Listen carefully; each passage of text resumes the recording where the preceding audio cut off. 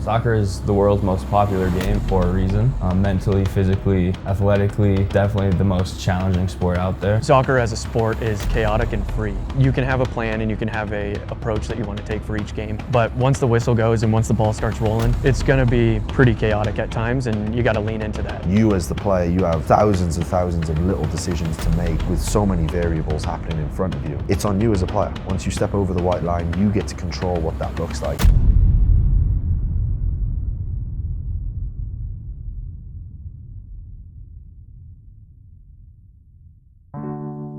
Kolby first got into soccer when he was about 4. We started him really young, and it was basically because of his energy. He didn't sit still. He wouldn't sit down and eat his dinner, even at the table. He would just walk around the table and just grab a bite and keep walking. He just never had enough time to sit and do anything. So to keep him busy, we got him something that we knew would wear him out a little bit, and made some friends out of it and enjoyed that. So he just kind of got into it from there, just playing. He played all kinds of sports growing up, but soccer was his love. I got into soccer through Chip Pritchard, actually. I think I was 4. He was the coach of a rec league soccer team, and he needed players, so he asked my dad to sign me up, and that's how I got started. So starting out, he was one of the faster kids on the team, always was quick, and that was helpful, but he wasn't real aggressive. In a young age, it's kind of magnet ball where you get all the kids all around each other and they're kicking everything. And Kolby would always stand out the outside a little bit and wait for the ball to pop out and then take it and go run down and score. And so he started out that way, and it was funny, but you know, as soon as he got the ball, he was gone. There was just nobody could keep up with him. That's how he started, and it kept developing that way. He kept with a kind of an edge and quickness and speed and just sheer ability. So he grew into that just naturally. He was a pretty good athlete all around at all sports, but with soccer, he just, because he was so passionate about it, he had some friends that really helped him, you know. They were real competitive with each other and those things, so that helped a lot as he grew up. I think what kept me in soccer growing up, other than just the game being so fun for me, would be my friends all on the team. Like in Iowa Rush, every one of my teammates were my homies, so it was a fun thing to do every day. I look forward to going to soccer practice more than school, so it's just something that, you know, drove me forward. My parents had an impact on me going forward with soccer, not that big of a way. They were supportive of me choosing soccer over other sports because they knew I liked it more. Yeah, it was kind of just, I'd say it was my choice to go with soccer. They weren't really pushing me towards it, but I think they also knew that I had more opportunities with soccer than other sports, so. You know, he played sports, like I said, he played baseball, soccer, hockey, all kinds of sports growing up. And as he got older, he started playing on the national team with his club. So he was traveling, playing in Phoenix and down in Florida and a few different places. And so the travel expenses were getting up there. And at that point, I kind of had to ask him to make a decision because he was doing this national travel for soccer and then playing hockey as well. It was just getting too cumbersome, too much money, too much time. We were traveling all over the place, and hockey in the Midwest is not a gateway sport. It's not going to get you very far, you know, unless you're really, really good. So he kind of had his mindset that way anyway. So that's why he made that decision. Jack and Ben, you guys are good. You guys are just going to be goalies. Everyone else, pennies off, and then get into groups of 3. Yeah, so it's definitely different when you're the head coach versus the assistant. Your role is definitely different. You have to make the decisions. You have to be, we like to try to have one voice kind of thing as the head coach, but I like both, honestly. It took me a little bit, but I did have some times where I was coaching club as a head coach, but coaching a program as a head coach is completely different. So definitely needed some time to grow and adjust and take the new role on. But it was, yeah, it's been fun. It's been a good learning process for me, or a good learning experience for me. And they're definitely going to be wanting to look to respond to that goal. And that one's put in for a goal as they respond immediately. That's number 11, Kolby Raineri, puts it in past Collingwood, and what a take from the corner, and we are all square at 1 apiece. Yeah, so Kolby was very rapid right off the bat. You could just tell that he was doing things at a fast pace, whether it was dribbling, defending, getting forward. And so the ability for him to be doing all of those things, but at a high speed is pretty impressive, especially for a freshman player like himself when he was doing those things. And so when you add, okay, a shot, a powerful shot or an accurate shot, Kolby can add those things to it. But being able to dribble at speed and make the quick decisions and the quick reactions that he had, it was pretty evident that he was thinking ahead of the game and he was able to react at a higher speed than a lot of the players that were around him. So when he's doing things like that, that's sometimes it's a very hard thing to coach and sometimes it's uncoachable. It's just an intuitive thing that players can have and pick up through the years of playing. But when you get to the high school level, you see, okay, this player, they have this gift. And so Kolby definitely had that gift. And then as he just continued to grow and age up, he just started adding more and more things to his toolbox. But I think that his ability to just be rapid on the ball, dribbling through defenders and taking defenders on was very, very impressive from an early start. There's those players that you could tell are going to be special. I think Kolby was one of them, obviously, and the group that was around him. For sure, you know that those players are going to be able to go and adapt and kind of learn how to play the college game. It's a different game. But there's also those players that are, yeah, hey, go for it, make a run, and then adapt and grow. And I think for me personally, it took me a little bit to adapt to the college game. But then I think come sophomore year, I felt very comfortable. And so it was a learning process and there were some pains to it for sure. But there's also that approach that some players can take and that route. So everyone's path is a little different, but there are definitely those players that you think, yep, they're going to be just fine. My reaction to being accepted into UCCS to play soccer, it was super exciting for me because I knew, from an early age I wanted to move out of state for college, and doing that with the opportunity to play soccer was something that I looked forward to, especially moving from Iowa to Colorado. The states are completely different. So when he made his decision to go to Colorado, we were excited for him. Thought it'd be a good opportunity because it was a beautiful place. Get out of Iowa, which he always kind of wanted to do. So we were excited for him. It was new for us because, we've always had him here. So that was the hard part. It was harder for us. I think is the second year when we took him back out, he moved off campus. That was actually harder for me because I was like, who's gonna cook for him? He doesn't cook his own food. He doesn't do anything on his own. And he's adapted to that as well and likes to actually cook every once in a while and things like that now. So that's been good, and see him grow up a little bit. I think that's helped him a lot, just to get out and have to deal with things and get things done. So now we're trying to figure out what's next for him. So, but he's been excited about being there, and even coaching changes that have gone on while he's out there haven't affected him at all. He just keeps going and doing his thing. So credit to him.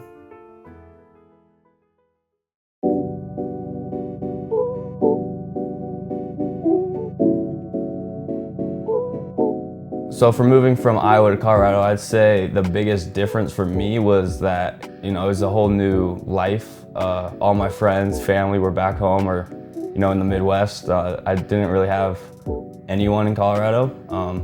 But being a part of a soccer team, early on you make friends that you're friends with for the whole time you're out in Colorado. So it can be a lot for a freshman to step onto the college campus with the expectation of I have to play, I have to now balance my my schoolwork in a higher level or a more intense level than just a high school club player or high school player.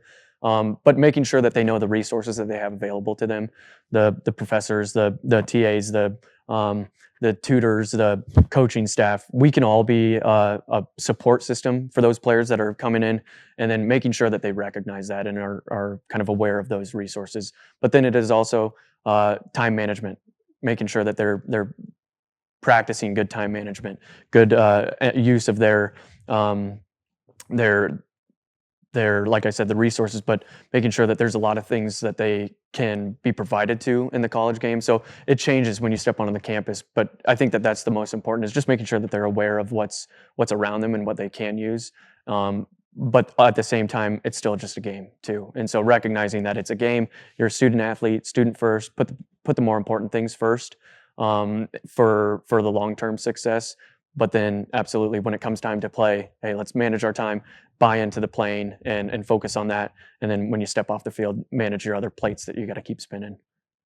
I think coming in, it can be a reality check. You know, I think everyone kind of talks about it before they come to college. How am I gonna balance being a full-time soccer player and a full-time student? It sounds intimidating, but really, if you're organized and you take care of your personal life and you can find balance within that, it's not that overwhelming, you know. And I think if you struggle, it's probably because you have other priorities. It's because you're not organized enough and you're not taking care of your own schedule and your own needs. So I think as long as, you know, our guys that come in and apply themselves and want to get their head down, want to do well in the classroom, but also want to be successful on the field, those are the ones that get it done.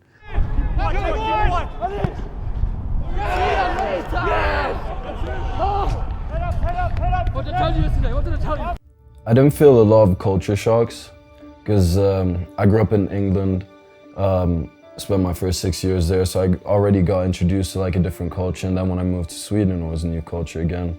And obviously playing soccer, you're around a lot of lads who are from different ethnicities and stuff, so I felt like I just fit in quite well, like straight away. Didn't get too homesick. Yeah, I'm a pretty easygoing person as well, so it went smoothly for me just transitioning in. I feel like now that I'm older, my first 2 years at Briarcliff, it was a little harder because I was fresh out of high school and it was still adjusting to meeting new people. But my 2 years here in Colorado, I feel like there's a lot more to do in the city, so I find ways to distract myself. I'm living in a house with 5 other teammates, so that helps distract me as well. And obviously I do miss family, and it's hard to spend important days, which is like birthdays and stuff like that, away from them. But at the end of the day, I find distractions out here. When I first came to America, I couldn't speak English at all.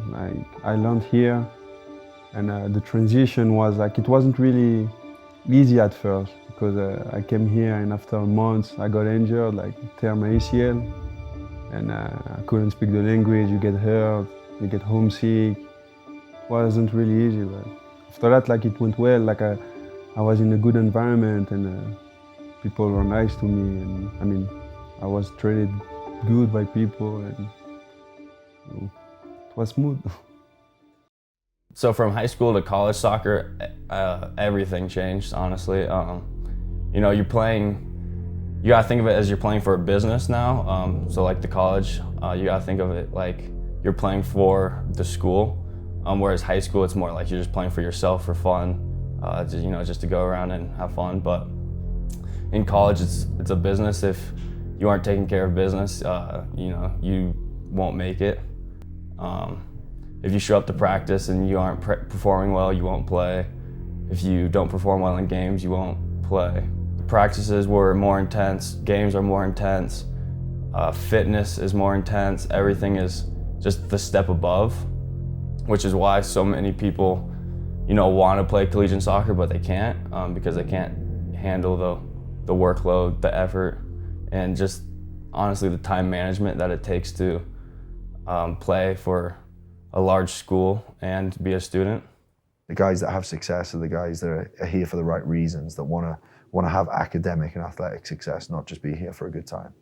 It is a good time. Naturally, it's a good time because we live in Colorado and there's a lot to do, and guys enjoy being here. So it's naturally a good time, but the guys that kind of get wrapped up in that sometimes get left behind. With soccer and college, it's a bit different for me because I usually don't get that stressed.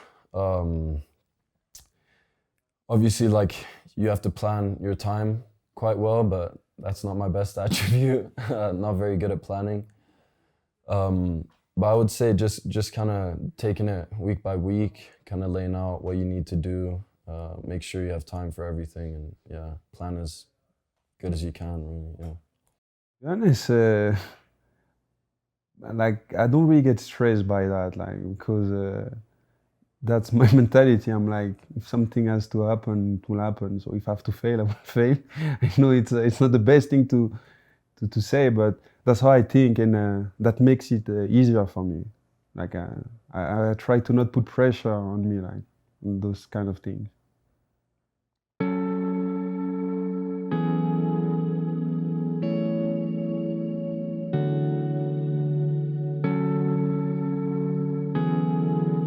My injury, I dealt with a torn ACL, a complete rupture. This was during the spring season, which was probably the worst part because it didn't really mean like much. So I get slide tackled from behind, my left foot's planted and my knee bends back the wrong way, so it completely tore it. So it was just going to the hospital to get a bunch of MRIs done and medical examination. And after that, I went home. I was home for 2 months before my surgery, and it was just pretty much day in and day out rehabbing for 8-9 months straight before I was able to get back on the field and start training again. The injury that impacted me the most was when I tore my ACL, because that was my first injury. Before that, I never been injured in my whole life, like all really minor things. And actually, I'm glad that, I know it sounds crazy, but it was a good experience, like, because I learned a lot about me. Because to be honest, I never really was a hard-working person, and you know, when you have to come back from big injuries, and when also people doubt you, when they're like, some people, they were saying that I will never get back to how I used to be and things like that, and that I got motivated by that, and just try to come back stronger. Most jarring one is definitely one of our soccer guys this last spring. Ankle sprain. He rolled inward, outward, fractured cartilage damage, ruptured all of his ligaments inside and outside. So yeah, that was definitely a pretty big one that required surgery. But we're getting him back. He's looking good. We unfortunately had an ACL tear this season too. So that's definitely a long recovery, long process. But yeah, more the kind of annoying ones are like the hamstring strains, because it's kind of, you know, there's no specific timeline. It's kind of just how your body's responding and healing. And, you know, every injury is different. Not everyone's going to heal the same. The injury I had this season was we were playing against Fort Hayes, I believe. And then just first 20 minutes, around the 20th minute, I just got, I was trying to dribble past someone and he took the ball and I kind of got caught up in his leg, and then I put my left foot down and I just heard like a pop. And at first I thought it was like my ACL, I thought it was my knee, because I'd never heard like a muscle pop like that, but it was a torn hamstring or a strain that was grade 2, 3. Do you feel a little more extension, like when you're striking the ball? Yeah. Good. I don't feel any like big issues with striking or like dribbling tight spaces and stuff. Good. Yeah, recovery was tough. This one was like really tough on me. Obviously, I had a big sophomore year, and I was excited to keep the flow going. And injuring myself like during the first game, first competitive game of the season, was just like terrible. And I knew it was bad straight away, really bad. So it was probably one of the toughest periods of my life so far. It affected like my school, obviously motivation, like within everything in life really, because like my mind like goes around soccer so much. It's always soccer, and when I can't do that, then yeah, everything just kind of falls apart a little bit. So it started affecting studies, like relationships, families, friends, and stuff like that. So it was tough, but you know, it took a few months to get back to the habits again, and then it was just doing rehab, getting my habits straight again, and then just going from there. Oh yeah, the recovery was long at first. Like I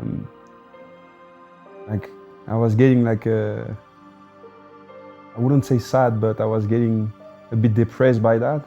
But quickly also, like I changed my mind, and I was like, I didn't want anything to bring me down, and I tried to get the best out of it, and I started like building some muscle, which I didn't have before, and yeah, like mentally, like it made me stronger, to be honest.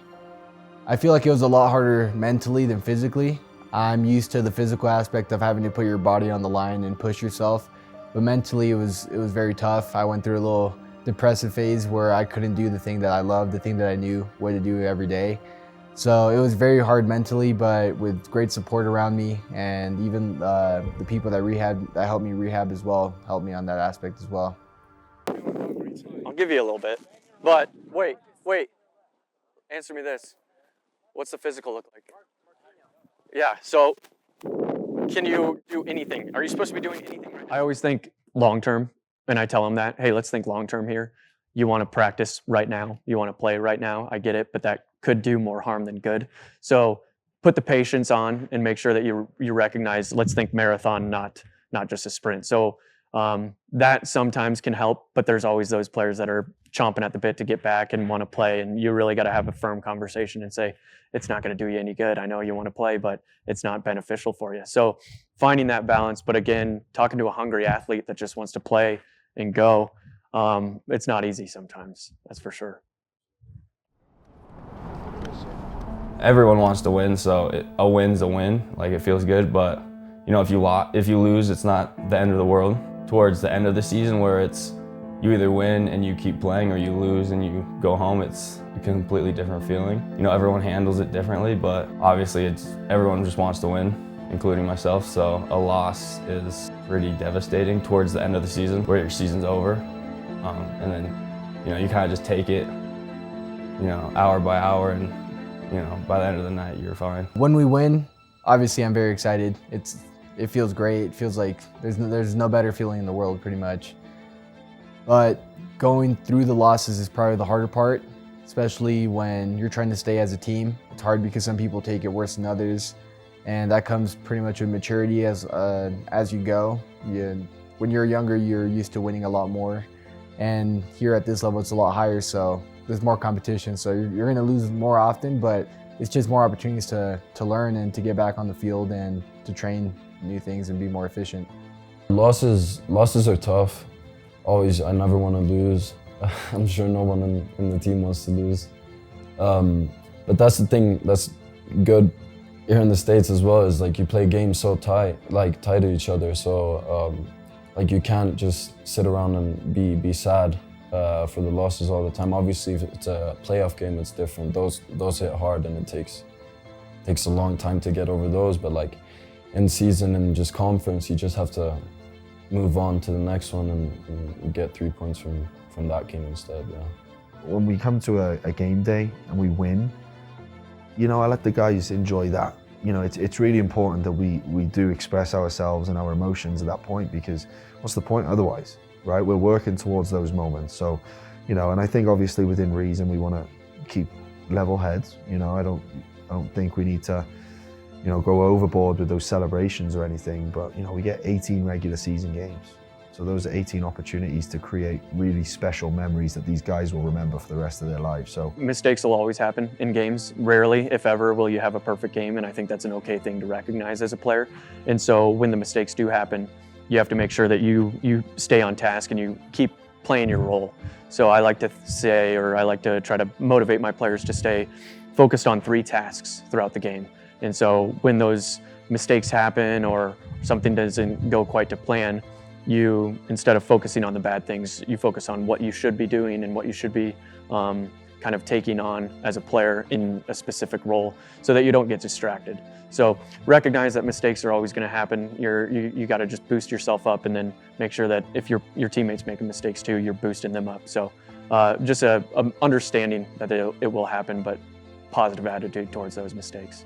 After a loss, mentally, I kind of think to myself, like, what could I have done better? You know, what did I mess up that I shouldn't have not, or that I should have done better in? But yeah, it's mostly how should I have performed better to help the team out.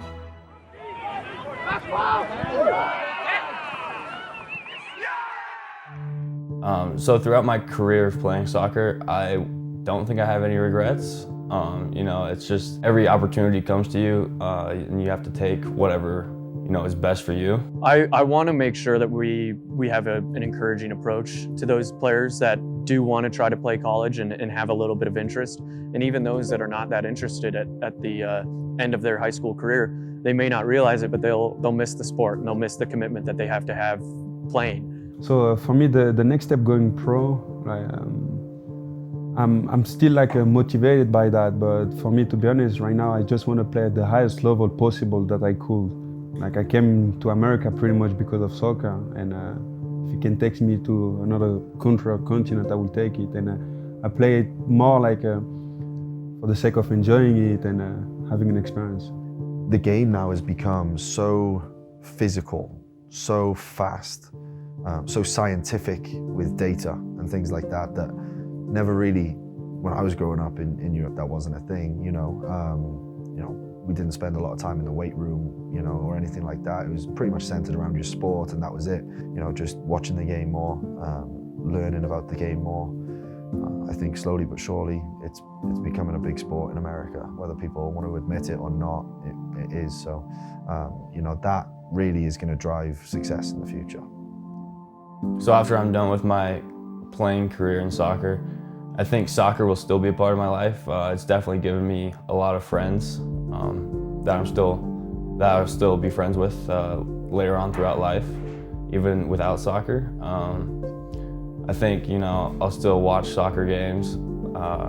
Hopefully my kids will play soccer growing up. No, he's always impressed me, just always been a motor, always wanted to play. And like I said, he's always wanted to do the best he can do.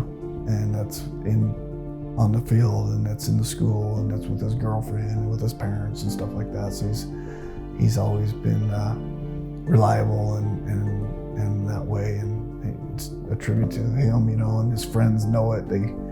How close they are with him and stuff like that. So it's he's a good kid, and we're proud of him. So I think my soccer career has given me different life aspects growing up.